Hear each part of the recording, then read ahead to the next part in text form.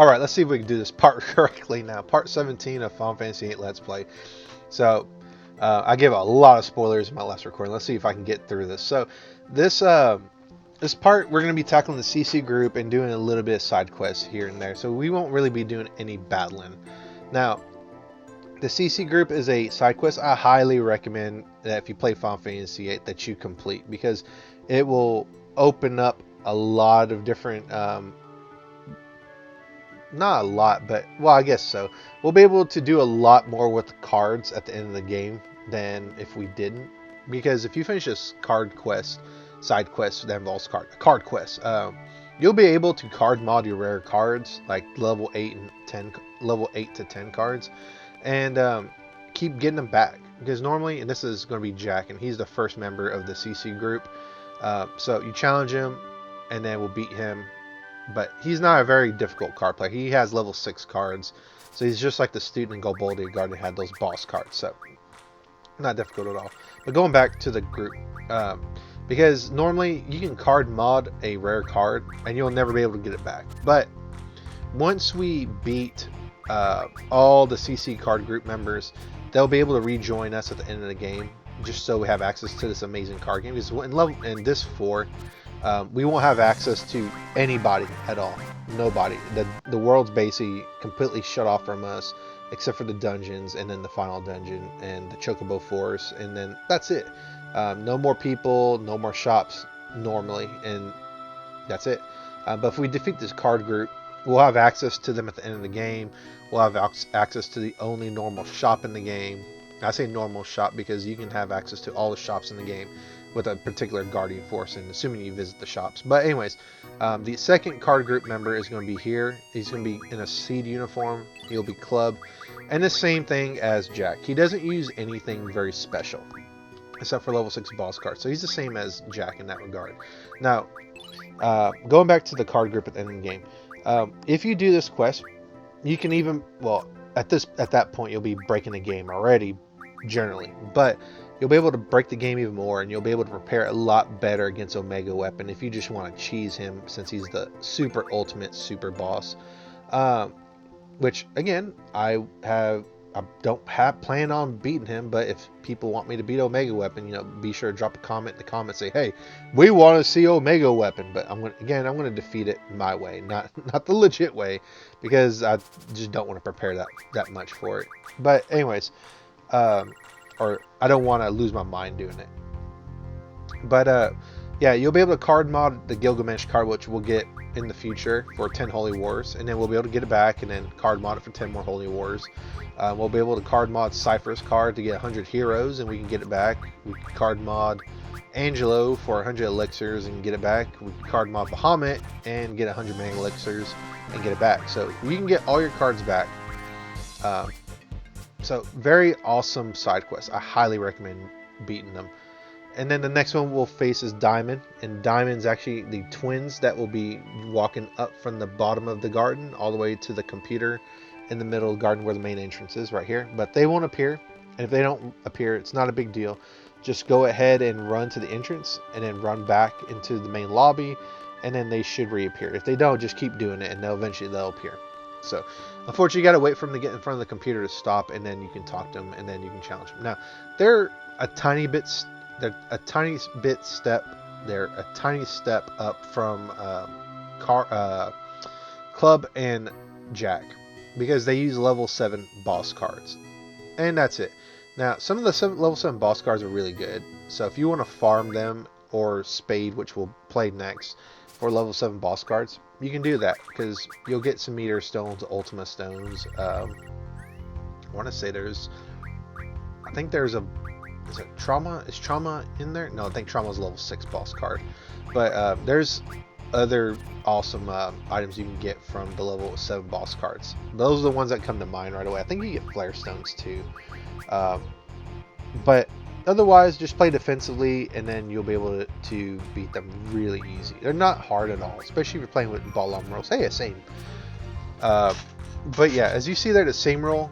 If you look at Zell, Quistis, and Diablos, you'll see that the numbers on Zell, Diablos, and Zell and Quistis on the adjacent numbers, they're the same, and that's the same role, and then you can take a card that way, and then you can combo it as well. But with that, we defeated Diamond, and then I will go upstairs to beat Spade, which is going to be, I want to say he's the guy that gave us the cards at the very beginning of the game, or maybe it was his friend, but they're at the top on that bridge on the second floor, so we'll go there and defeat them, or defeat him. He'll be the guy on the right, so walk up to him, challenge him, and he'll be like, amazing, you defeated Diamond. So we'll go ahead and defeat Spade, show him who's boss, because, you know, he uses level 7 boss cards, so we got to show him who's boss. So again, not a difficult card player. Red Giant. So Red Giant, very good card. It refines to 5 meteor stones, I believe. And once we gain access to Bahamut, I believe we can go ahead. Is it Bahamut or Doomshrink? I think it's Bahamut. We'll be able to refine those meteor stones into meteor spells. But we'll have a way of getting meteor really easily, but very dangerously. So with that, Spade will be defeated. And we're going to tackle another side quest that doesn't have a reward other than the feel goods of completing it. So we're going to have to go back to FH, and I'm going to go ahead and jump cut that way. So I'm going to go ahead and leave and then jump cut. So go back to where the boss was and talk to this young man here. Now, this young man won't be here, I believe, if you don't talk to the Cafeteria Lady in the cafeteria. So if you talk to her and listen to her whole story, she'll mention she had a son that traveled around the world or left on a journey. And this is this person right here, this young man she was talking about. So when Squall brings up the choice, like, whose kid is this? Mention that this is the Cafeteria Lady's son. And then he'll go and run back to Bolam Garden to see his mother and come home. And, you know, you'll find him in the cafeteria in the back, I believe, helping his mother in the cafeteria. And so it's a very nice feel-good story. Now, you don't have to do it. There's no reward for it other than feeling good about it. So we're jump cut back to Bolam Garden. And then we're going to be in the classroom because I'm going to go ahead and show off Selphie's, is it the Garden Festival page? Yes, the Garden Festival page. And she'll have a diary, and she'll mention about her friends, and then she'll also mention about a little new page, because now we know about Laguna, and so she'll have this Laguna page as well that we can go ahead and look at. So if you go to her friends page, she'll have entries about all of her friends. The newest one, of course, is Irving, and she mentions that Irving is a good guy, but she doesn't know. I mean, he is a good guy. You'll find out a lot about Irving here in some missable content if you just go straight to point A to point B. Because before, I really didn't like Irving, but, you know, some of his background information that we find out about him in this part is entirely optional, and I'm very glad they included it. And Irving tends to be one of my, not that he's one of my favorite characters I like to have in my party, but he's one of my more interesting characters I like in this game. But anyways, the diary, you can read it. It'll update on all the events that's happened in the game for Selphie. For example, she mentions that they tried to take out Adea, even though she shouldn't have wrote that there.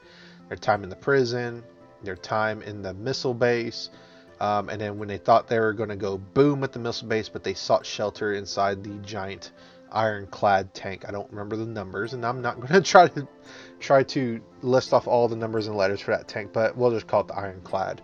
So how they got inside of it, how it saved them, and how they ended up fighting Squall, Zell, and Renoa in that boss fight in FH. So she writes all that. Just trying to get out. It's true, really? Yeah, right. They wanted to take Squall out so that way they can become the main character. Now, the Sir Laguna page will change and be added dependent on how many issues of Timber Maniacs you find, or Timber Maniacs, or Timber Maniacs. If you find them, you'll find more information about Laguna during his travels, which we don't know just yet why he's traveling the world. We just know he is right now. We won't actually find out until the next part, which will be in Disc 3, unfortunately. I really wish they had more Laguna content in this game, like playing as Laguna in hindsight, because really you get 3 when Laguna's not in the military anymore, and one more like background explanation what happened after his travels, and that's it. that's really it. So it's kind of a missed opportunity to have more information or more scenes where you play as Laguna. But every single Timer Maniacs newspaper you find or magazine adds one page to Laguna's page, and we're going to go ahead and find them all because I do get the trophy for it. It wasn't intentional, but that's what ended up happening. But yeah, with every little Timber Maniacs you find, it will add one page to the Laguna page, and you can find a little bit more about his travels, and it's very interesting. So we're done, and now we're going to go ahead and continue back on our little side quest of hunting down the CC group. Now, the next one we're going to find is going to be the Joker, and the Joker is going to be in the training place, what looks like Jurassic Park, the training center. There we go. Specifically, we'll want to go where the pond is. Now, what I did right here, I actually edited out me going in and out of this area. I just happened to get lucky that really I got it on the first few tries. Thank you, phone. And he's the first of the CC card group members that will have a rare card. He'll actually have the Leviathan card, which is, I think it has 2 7s, a 1, and an A, and I want to say the 2 7s are, I want to say it's the left and the upper one. The A is on the right, and the 1 is right below it, I think. So I'm going to go and show the first one I played against him, because when you beat him, he'll actually upgrade your battle meter to, I want to say, the Guardian Force report, I want to say. Again, you can't get that upgrade unless you don't have the battle meter, and you're only allowed one opportunity to get the battle meter when you first talk to Sid, right after you become a seed, like that moment. So we get a draw, so we got to play him again. This is sudden death. So sudden death, you have to keep playing until one of y'all lose, and whoever has whose cards after a round will keep it, and y'all play until one of y'all loses. Hence the name sudden death. But it's not a very difficult player. Even as a Leviathan card is not super difficult. You might lose a card to it, but you just gotta play around with it. But we'll go ahead and get the battle meter upgrade, and we'll see Guardian Force information. And so I'll jump cut right here to where we will see the Leviathan card. Let's see, was alright. Yeah, the top and left are 7s, right is A, and below is 1. So not a super difficult card to play against. So just go ahead, play defensively, take cards as you can, and you might lose a card, but if he's just playing like super aggressively, you'll be able to get the cards really easily from him. Now with that, we can go and leave. Now the Leviathan card, you can card mod into 3 dot codes, which can teach the medicine data ability, which doubles the healing of any fixed HP restored item. So high potion restores 1,000, it now restores 2,000. It's not a super duper awesome ability, but it'll be nice to teach that to, I believe, Alexander. I believe when we get him, I'd forget to do it. I believe you can use one of these on Alexander, get the med data from him, because you have to spend some time grinding to get medicine data in order to get to a particular item to get Doom Train, another Guardian Force. But this is a nice way to save on that AP for the medicine data. Now here I'm just refining stuff. I'm just getting stuff out of the way. And so now what we're going to do is we're going to go ahead and advance plot. And by advancing plot, I mean we're going to go ahead and finally talk to Selphie, which it only took us like 14 minutes, and maybe off screen for me, maybe the better part of 45 minutes to maybe an hour. But anyways, that's what jump cuts are for, and that's what editing's for, right? So we're just going to zoom our way all the way to the quad, find Selphie, and then Selphie will find her stage that she was working on completely destroyed. So yeah, Squall explained that the garden move-in has messed up a lot of stuff, and this happened to be one of them. And this kind of dashes Selphie's hopes to having a little bit of a fun concert for her garden festival. Now, you're given the option to be nice, or you're given the chance to just be a complete, a-hole to Selphie. I choose to be a nice person. So I'm an awesome leader. I'm going to choose to cheer up. And then, unfortunately, Selphie's like, oh, if I'm being tripped by Squall, I must look pretty pathetic. But anyways, uh, on that note, Squall will go ahead and leave Irving to help her. And Irving's like, alrighty. And then we'll get a message from Headmaster Sid. And then this is where the plot for Squall is going to start to pick up. Really, he just phased through Irving. It's going to pick up for Squall really, really quickly. So, Irving is going to have a brilliant idea to use FH's technicians to help them out. And I imagine Mary Doe was like, okay, you saved my life. I'll go ahead and let you use my front yard as a stage in front for this concert. And there's nothing mentioned in that, but that's what I like to think is why they use Mary Doe's front yard for this. So Squall will finally be able to make his report, and Sid's like, okay, I heard a report from Selphie. And he even says the diary is open, and we already found that out. Now, Squall will let Sid know that the Gabaldians were looking for Eleni and FH, and they had orders to burn it down whether they found her or not. And this kind of lights a fire underneath Sid, and he's like, the time is now, something like that. And well, you can tell Sid is thinking really hard about looking in the distance. And so Sid makes a decision right here. So he says that the sorcerers will not stop this onslaught until they find Eleni. And what I notice in hindsight here, he never mentions Idea here. He just says the sorceress. Even though it is his wife, he never says sorceress Idea or Idea. He just refers her as the sorceress, which I think is very interesting in hindsight. I just noticed that as I was making notes for this part. So interesting. Very, very interesting. And there's the Cafeteria Lady's son in the back.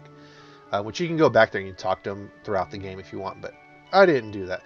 Now, they are going to... Well, Sid is going to go ahead and make this mention that we're going on a journey to defeat the sorceress, and we need a very well-qualified leader. And that leader is going to be Squall. Because, you know, we are a very qualified leader, and we've only been in Seed for less than probably a week. And Squall's like, are you serious? He's like, I cannot believe this. Now, it's here that Sid kind of plays his hand. He says, Squall, I'm letting you command us, and this is your fate, and it is your destiny to lead the way to defeating the sorcerers. Now, if you play this the first time, you're probably wondering, like I did, why does he say it's his destiny or it's his fate? Well, again, it's almost like Sid knows something more than what he's letting on. And then Squall's having a little bit of a moment where he's going to brood and worry about the heavy responsibility that was handed to him. And, you know, he's worried about how does he expect Sid to let him take care of everyone and then defeat the sorceress, who's his wife. And he's like, he wants us to kill his wife? So he's like, what does it feel to give an order like that? So a lot of this is just weighing on him. And, you know, rightfully so. I mean, up until that moment, he was just a student, a student who became a mercenary who now is the leader of said mercenary company. And this is going to be the little bit of a mandatory side quest where we got to cheer Squall up. And so we got to go ahead and plan this concert for the garden. And it's going to be, you can either mess it up or you can do it properly. And I'm going to do it properly. And so we're going to make a band out of Irving, Zell, Selphie, and Quistis. And while Renoa is going to be an important person in the group, she's not going to be in the band. She's going to go on an extra special mission to make sure Squall makes his way down here. Because, you know, Squall doesn't like people. Squall is very much of a loner, even though he pretends he is a loner, but deep down inside, he's not really a loner. So the little bit of a minigame here is we'll be given 8 instruments or 8 musical things. I don't exactly think tap is a musical instrument. Maybe. I mean, I guess the shoes are technically instruments, but these are the 8 instruments. We're going to go ahead and give Zell the guitar. And this is one of the more important instruments because we're going to go ahead and bail. So let's go ahead and leave. Let Zell play there for eternity. So we're going to leave. Anyways, so yes, I'm going to go ahead and leave. Now, when you leave and you explore the town as Irving, you can find out a little bit about Irving that I find is really interesting. So Irving, when he appears, he's like, what the? Where's everyone at? So the people at the junk shop will still be there, but there'll be no one here because of a little funny thing. If you talk to or you examine the television, which I will do at the end, they will explain why there's no one around FH to talk to in that main area. So a little bit of a funny thing. And then we can go ahead and get another funny scene with Grease Monkey. And we can finish. I do like cats. There are 256 cats in the house. I don't know why that. I forgot about that. But anyways, go to Grease Monkey's house, and then we can see that Goboldian soldier is still here. And like he was before, he's harassing Grease Monkey. And then we're going to go ahead and fix this. But unfortunately, Irving's like, you know, I don't want to fight. I'm going to go ahead and leave. So this soldier actually grows a pair to fight Irving because it's just one-on-one. And Irving's just going to go ahead and leave. He's like, bye. And Goboldian soldier's like, what? God, step outside right now. So as we go outside, we're going to notice once again, he does not come out. So we're just going to wait a minute. I told you, step outside. Oh, so we step outside. Nothing happens. Let's go back inside. We found out he actually was going to go and fight us, but he got knocked the hell out by Grease Monkey and his Moomba helper. So if you talk to Grease Monkey, he'll explain that he took his opportunity and knocked them the heck out. And you see the Moomba in the background does a little dance. So his helper helped him. And then he gives us a Phoenix down, and much to Irving's chagrin. There we go, chagrin. I can never say that word right. He gives us a Phoenix down, not a Mega Phoenix. But if you talk to the Moomba, we'll get some ammo, including some pulse ammo. But not a lot of pulse ammo. I think we only get one. So that's a bit of a bummer. But we're going to go ahead and jump cut back to the library because we can talk to the girl in the pigtails here to once again do one more flag on, or one more conversation to trigger a flag in the Zell Love side quest.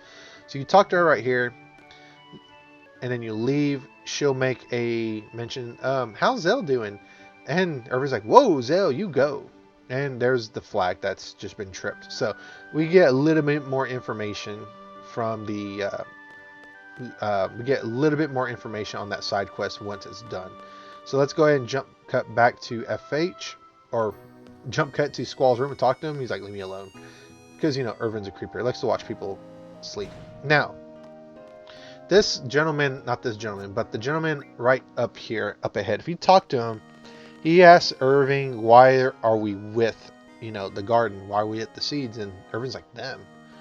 And he's like, those warmongering seed. And Irving's like, before I was a solo sniper, a lone ranger. I was alone in my battles against pressure, my battles against death, almost drove me to nuts. And then it was them who saved me from it all. They are what you call comrades. And so here we find out that Irving didn't want to be alone anymore, and he's happy to have comrades. And he says, well, if that makes me a warmonger, so be it.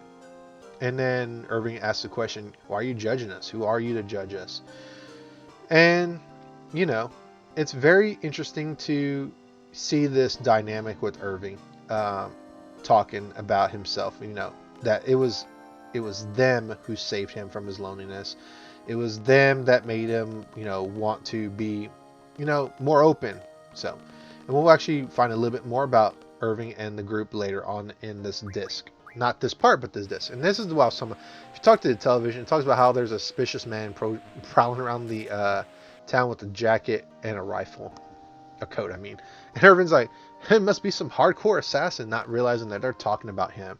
So that kind of goes under the radar if you just don't go exploring with Irving. But with that said, we're going to go ahead and finish this concert. So, Zell, you can finish playing that guitar. All probably like 30 minutes of it. And so Irving, we're going to have him play the violin.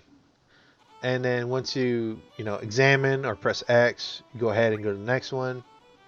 And then we can go ahead, Selphie, do the flute. And then that'll be good enough. Talk to Selphie. And then we'll have Queestus. And then Queestus, we'll go ahead and use tap. And then that will be the end of making the band. Now, if you want to change around the instruments, as long as those four are the ones you use, you can have Zell do the tap or the flute or the violin. And if you choose any of the other instruments, it will mess up the concert for Squall, and he won't like it, and we won't get anything very story worthy from it. But that's it, folks. I'll catch you on the next one later, and bye.